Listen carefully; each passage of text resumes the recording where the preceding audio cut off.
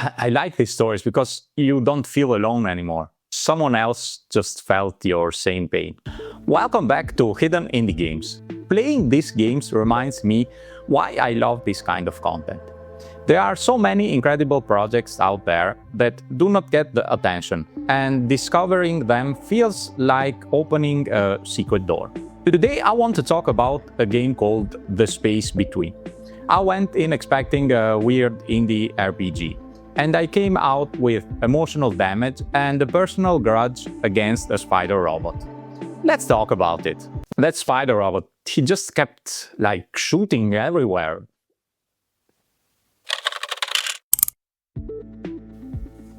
The Space Between is a 2D open-world indie combat RPG developed by Subatomic Forge and built in Unity. It takes place in an unstable parallel world that literally exists between the atoms of our own reality, which is already a strong start concept-wise. You play as Enzo, a kid who gets chosen by an entity called Entity Zero to save this broken dimension from total collapse. No pressure, Enzo, just reality itself on your shoulders. The world is unstable both narratively and mechanically.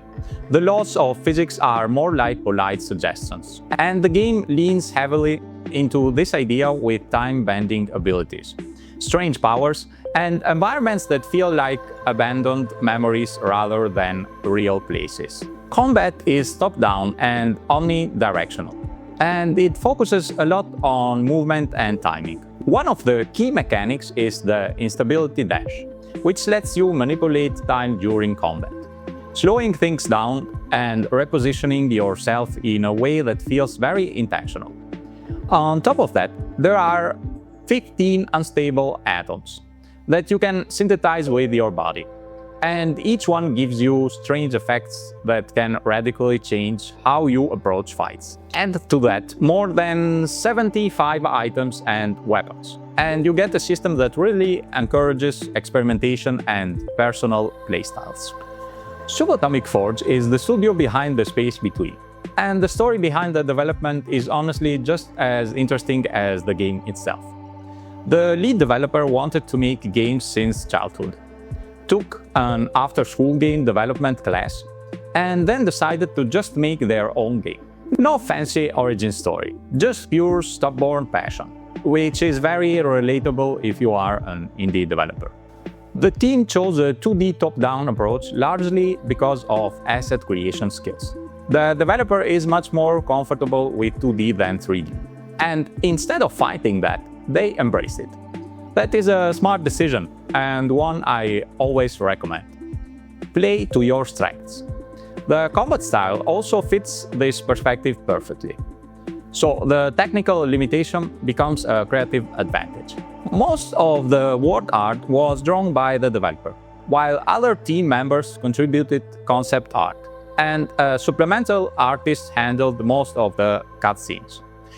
Those cutscenes are especially impressive when you learn how they were made. The developer did not know Unity event timing when building the cutscene system, so they essentially coded a mini editing software directly into the game to display images and control sequences. That is both terrifying and admirable.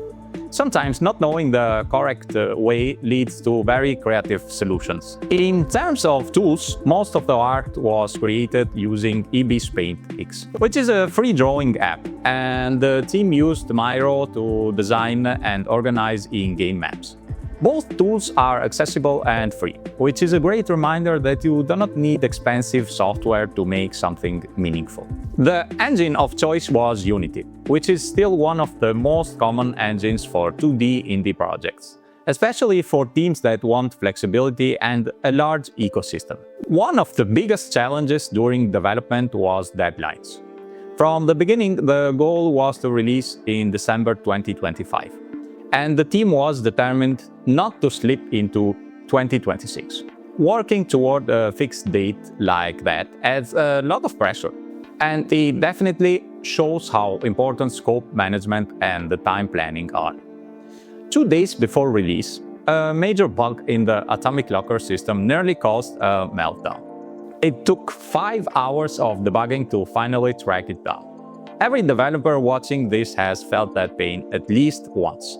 I like these stories because you don't feel alone anymore. Someone else just felt your same pain. Playtesters played a huge role in shaping the final game. They found a massive number of bugs and gave valuable feedback on balance and fun.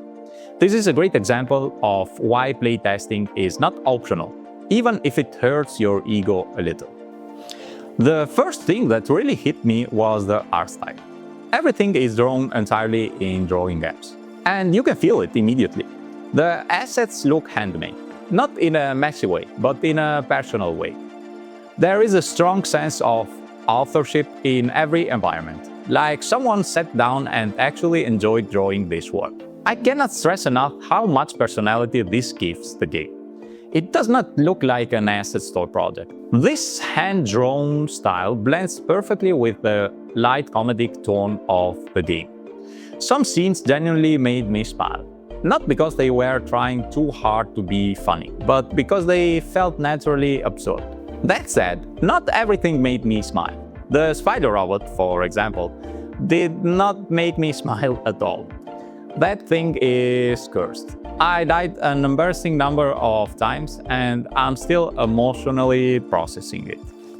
Now, I have to be honest about the parts that did not fully work for me, because pretending otherwise helps nobody.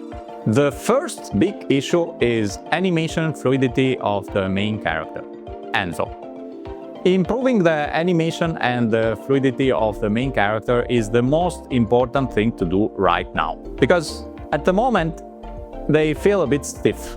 And that is a shame, because the rest of the game shows that the foundations for great animation are absolutely there. I'm really convinced that you can absolutely do better than that. Another thing I want to point out is controller support. For me, playing with a joystick is fundamental. Not being able to play the game properly with a controller hurt the immersion quite a bit.